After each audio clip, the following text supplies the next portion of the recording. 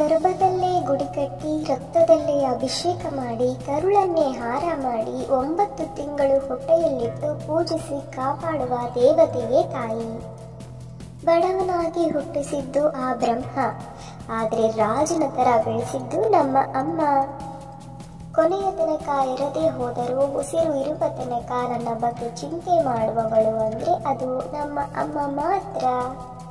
ನಮ್ಮ ಮೊದಲ ಉಸಿರಿನಿಂದ ಅವಳ ಕೊನೆಯ ಉಸಿರಿನವರೆಗೆ ಪ್ರೀತಿಸುವ ಏಕೈಕ ದೈವ ಅಮ್ಮ. ಕಾರಣದ ದೈವ, ಕರುಣೆಯ ಜೀವ, ಅಂತರಂಗದ ಭಾವ ಎಲ್ಲವೂ ಅಮ್ಮ.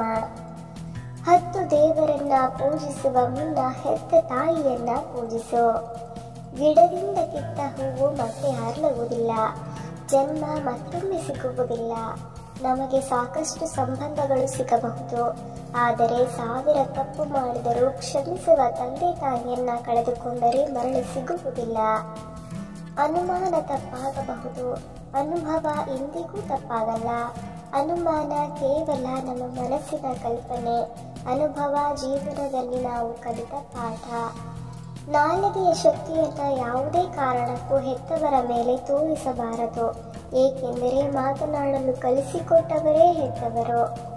ಕೈತುತ್ತು ಕಡಲ ತೀರದ ಮುತ್ತು, ಭಾವದೊಳಗಿನ ಗಮ್ಮತ್ತು, ಸಡಗರದ ಸಿರಿಯ ಅವಲತ್ತು, ಮರಗಳ ಸಾಲಿನ ತಂಪತ್ತು, ಇವೆಲ್ಲಕ್ಕೂ ಮೀರಿದ ಸಂಪತ್ತು ಮಾತೃವಾತ್ಸಲ್ಯದ ಮುತ್ತು ಮತ್ತು ಆಕೆಯ ಕೈತುತ್ತು.